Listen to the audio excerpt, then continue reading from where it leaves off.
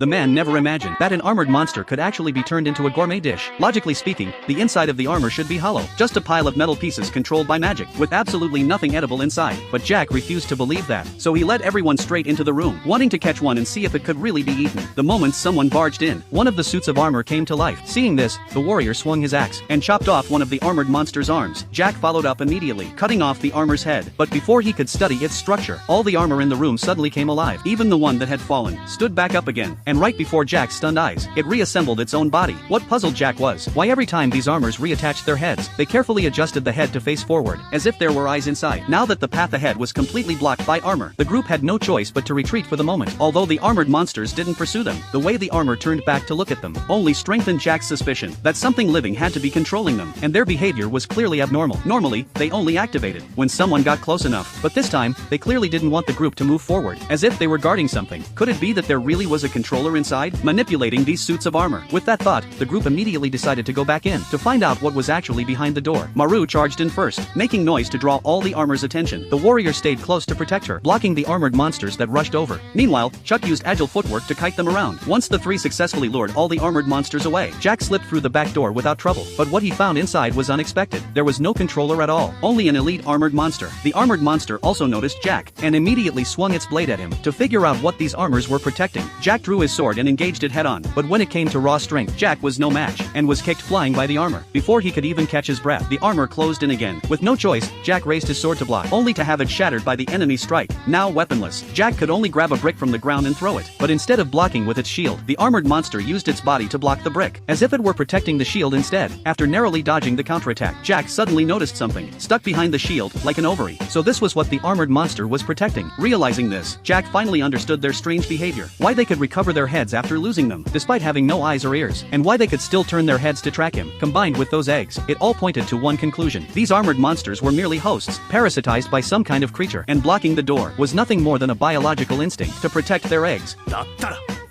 いくらでも倒し方がある。そして食える。 While Jack was still thinking about what kind of creature might be inside the armor, the others outside were locked in a bitter fight. Inside the room, Jack hid in the shadows again, picked up another brick, and threw it at the armored monster. As the monster turned toward the sound, Jack charged straight in, exploiting its instinct to protect the shield, and knocked it off balance. Seizing the opportunity, Jack ripped off the armored monster's head, and immediately hit again. When Jack examined the helmet, he found it completely empty. Just as he thought his theory was wrong, the armored monster beside him suddenly began flailing around like a headless chicken, randomly attacking everything. That meant there had to be something inside the helmet. Spotting the narrow gaps in the helmet, Jack decisively picked up his broken blade and stabbed it straight into the slit.